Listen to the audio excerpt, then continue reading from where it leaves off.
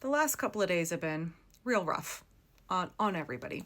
And so I want to take a couple of moments and read a piece that I found really encouraging, and I hope that it is an encouragement to you as well. It's entitled, "In Chicago, We Run Toward Danger Together." It's by Kelly Hayes. This week, a jury in Washington, D.C. refused to convict a man who became a folk hero when he threw a sandwich at a federal agent. In New York City, Zoran Mamdani won a brilliantly executed mayoral race against sexual harasser and primary loser Andrew Cuomo. In Chicago, a federal judge called out Border Patrol Chief Gregory Bovino for lying during a deposition and again ordered ICE agents to limit their use of force in the Chicagoland area. It's important to celebrate victories, to raise a glass, to exhale in relief, to crack a smile, or to even laugh out loud, because finally something has gone right. But these days, wins and losses unfold rapidly, and pivoting from one feeling to the next can be a challenge. When you're living in a state of emergency, hypervigilant and raging against injustice, feelings of bitterness, rage, grief, and anxiety can feel all-consuming. More than 3,000 people have been abducted by ICE agents across Chicagoland since early September. For those of us responding to that crisis, it can be hard to respond to anything else. For me, the most heartening thing about this moment is the collective courage on display in my city. As journalist Sarah Lazar recently wrote, "I don't want to downplay the harm or to make it seem like a fair fight, but in neighborhoods across the city, ICE is getting chased by people blowing whistles and shouting. People are running toward ICE to protect neighbors." So many Chicagoans are not only practicing vigilance, but rushing toward ICE agents, thrusting themselves into dangerous situations, sometimes in organized deployment and sometimes in their pajamas as they run out of their homes because whistles are being blown. Sometimes these efforts pay off. There are moments when we are able to deter or interrupt federal agents or successfully alert our targeted neighbors, allowing them to evade ICE. But far too often, we arrive in the wake of an abduction, and we are left trying to piece together what happened or find ourselves witnessing something awful, wholly unable to intercede. Those moments of witnessing may be the worst, when ICE agents, who are usually gone before we arrive, are still present with our captured neighbors in their grasp, and we're unable to do a goddamn thing about it except document the harm being done. Documenting such moments is profoundly important and also excruciating.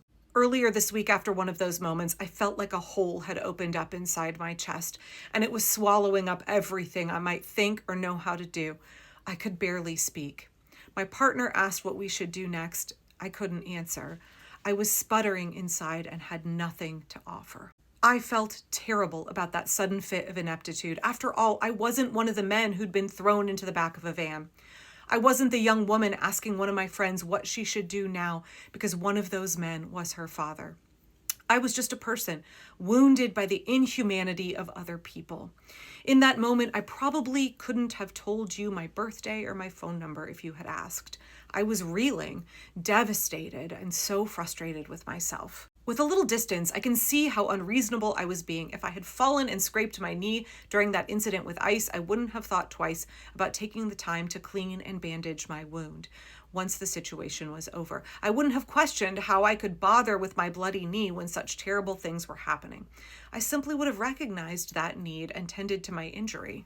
Fortunately, others recognized that need. Someone urged me to slow down and to take care of myself. Someone held my hand. A friend sang with me and reminded me what matters. So here is my attempt to pay it forward.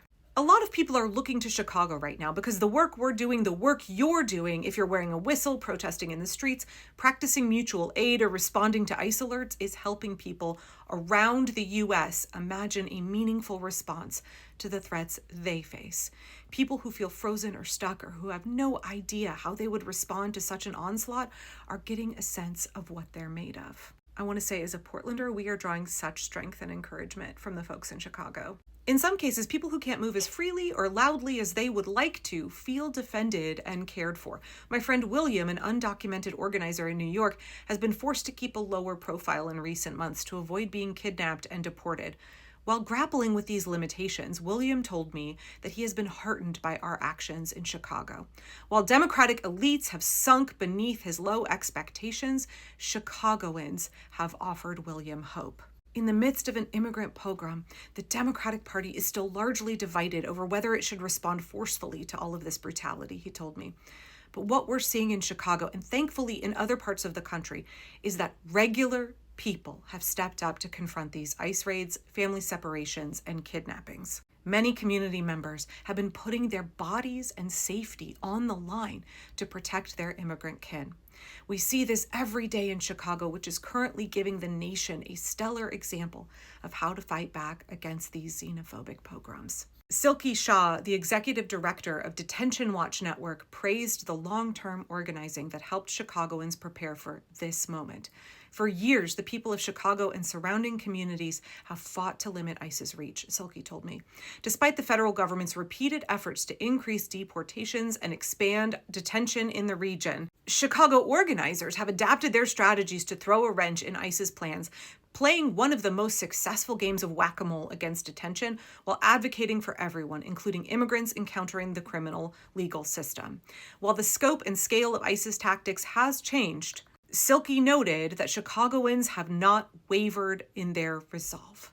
In a time when the levers of power are so limited, the steadfast organizing in Chicago remains a beacon of hope and essential guide for activists around the country. My friend Miriam Kaba, who organized in Chicago for many years before returning to New York City, also praised Chicago's organizing as an example to other cities. My friend Miriam Kaba, who organized in Chicago for many years before returning to New York City, also praised Chicago's organizing as an example to other cities. The regime wants us all afraid, Miriam told me. It is counting on fear, immobilizing us, and perhaps even turning us against each other. Instead, what we are currently seeing in Chicago is that solidarity can overcome fear and can give people the courage and tenacity to fight for each other. Miriam emphasized that Chicagoans are helping to light a path forward in this moment. Faced with unrelenting state violence, Chicagoans have refused to be cowed. They've embraced the unknown as an opportunity to actually shape the future they dream. I am honored to be part of that refusal and to think and dream alongside people like my friend Ollie Costello, an artist and activist I have worked with many times over the years, and who I am steadily encountering in the streets as our rapid response work plays out. Ollie is no stranger to the painful feelings I've described, to the sense of defeat that can creep in when our best efforts cannot possibly prevent a dreaded outcome.